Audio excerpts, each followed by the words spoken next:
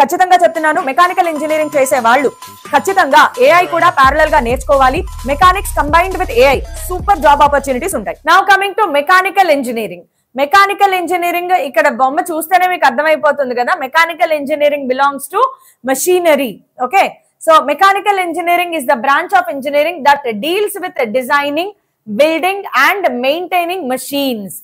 Machines ని maintain చేయడానికి అయితే mechanics combined with AI.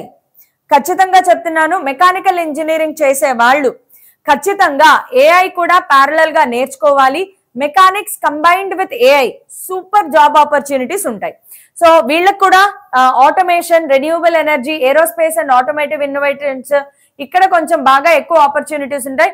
Robotics చెప్పాను కదా, ఏఐ ఇంటిగ్రేషన్. మెకానిక్స్ చదివే వాళ్ళు ఖచ్చితంగా ఏఐ ఇంటిగ్రేషన్ నేర్చుకోవాల్సిందే, లేదు అంటే జాబ్ ఆపర్చునిటీస్ చాలా తక్కువ ఉంటాయి. సో మెకానికల్ చదివిన వాళ్ళకి aerospace engineer, mechanical engineer, automotive engineer, maintenance engineer, CID technician, nuclear engineer, control and instrumentation engineering ఇలాంటి ఆపర్చునిటీస్, జాబ్ ఆపర్చునిటీస్ ఉంటాయి. సో టాప్ ఇంజనీరింగ్ కాలేజెస్ లో కట్ ఆఫ్ చూడండి. జనరల్ వాళ్ళకే ఒక 40,000 దగ్గర, జనరల్ కేటగిరీ వాళ్ళకే 40,000 దగ్గర మెకానికల్ దొరుకుతుంది అంటే దాదాపుగా 70,000, 80,000 వచ్చిన SC ST candidates, 90,000, 1 lakh rank వచ్చిన ఎస్సీ ఎస్టీ క్యాండిడేట్స్ కూడా మెకానికల్ లో సీట్ అనేది వస్తుంది అనమాట. సిలబస్ చూడండి, మెకానిక్స్ లో ఒక్కసారి చూడండి, మెకానిక్స్ లో ఏముంటుందో తెలుసా?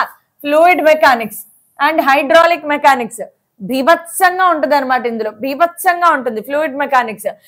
తర్వాత థర్మోడైనమిక్స్, తర్వాత mechanics of solids, kinematics machinery, dynamics of machinery, heat transfer, machine design, manufacturing processes, మొత్తం ఫిజిక్స్.